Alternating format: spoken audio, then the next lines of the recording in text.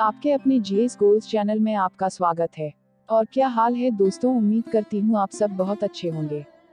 अगर आपने अभी तक हमारा चैनल सब्सक्राइब नहीं किया है तो सब्सक्राइब कर दो। वर्षों की मेहनत के बाद रहस्य से उठा पर्दा, अंदर से कुछ इस तरह दिखता है चांद। Moon in a core. अभी तक यह रहस्य बना हुआ था कि चांद की आंतरिक संरचना कैसी है। क्या चांद का आंतरिक हिस्सा मॉल्टेन अवस्था में है या पूरी तरह से सॉलिड है।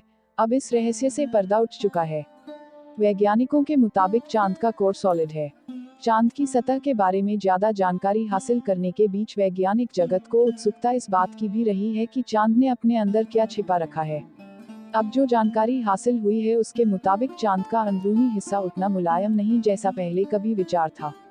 इस संबंध में मई में एक जानकारी भी पब्लिश की गई थी जिसके मुताबिक चांद का इनर कोर सॉलिड बॉल की तरह है जो आयरन से बना हुआ है। अब इससे इनर कोर के सॉलिड या मॉल्डन होने की बहस पर विराम लग चुका है। इसके साथ ही अब चांद को समझने में और मदद मिलेगी। सॉलिड बॉल की तरह है चांद का core. French national centre for scientific research के आर्थ ब्राउड कहते हैं कि सौरमंडल में वस्तुओं की आंतरिक संरचना की जांच भूकंपीय डेटा के माध्यम से सबसे प्रभावी ढंग से की जाती है।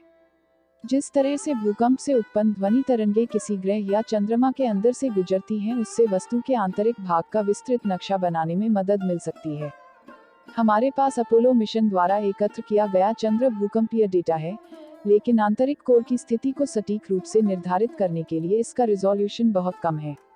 हम जानते हैं कि एक तरल बाहरी कोर है, लेकिन इसमें क्या शामिल है, यह बहस का विषय बना हुआ है। ठोस आंतरिक कोर और पूरी तरह से तरल कोर के मॉडल अपोलो डेटा के साथ समान रूप से अच्छी तरह से काम करते हैं। धरती के कोर से समानता।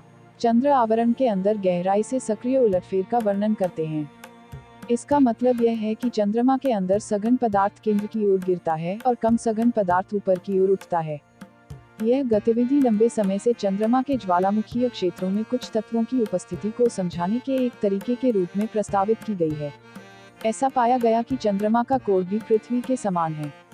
एक बाहरी तरल परत और एक ठोस आंतरिक कोर। उनके बाहरी कोर की त्रिज्या लगभग 362 किलोमीटर और आंतरिक कोर की त्रिज्या लगभग 258 किलोमीटर है। यह चंद्रमा की संपूर्ण त्रिज्या का लगभग 15% है। टीम ने पाया कि आंतरिक कोर का घनत्व भी लगभग 7822 किलोग्राम प्रति घन मीटर है। यह लोहे के घनत्व के बहुत करीब है। दिलचस्प बात यह है कि 2011 में नासा मार्शल ग्रह वैज्ञानिक रेनी वेब के नेतृत्व में एक टीम ने चंद्र कोर का अध्ययन करने के लिए अपोलो डेटा पर तत्कालीन अत्याधुनिक भूकंपीय तकनीकों का उपयोग करके एक समान नतीजा पाया था। उन्हें लगभग 240 किलोमीटर की त्रिज्या और लगभग 8000 किलोग्राम प्रति घन मीटर घनत्व वाले एक ठोस आंतरिक कोर के प्रमाण मिले।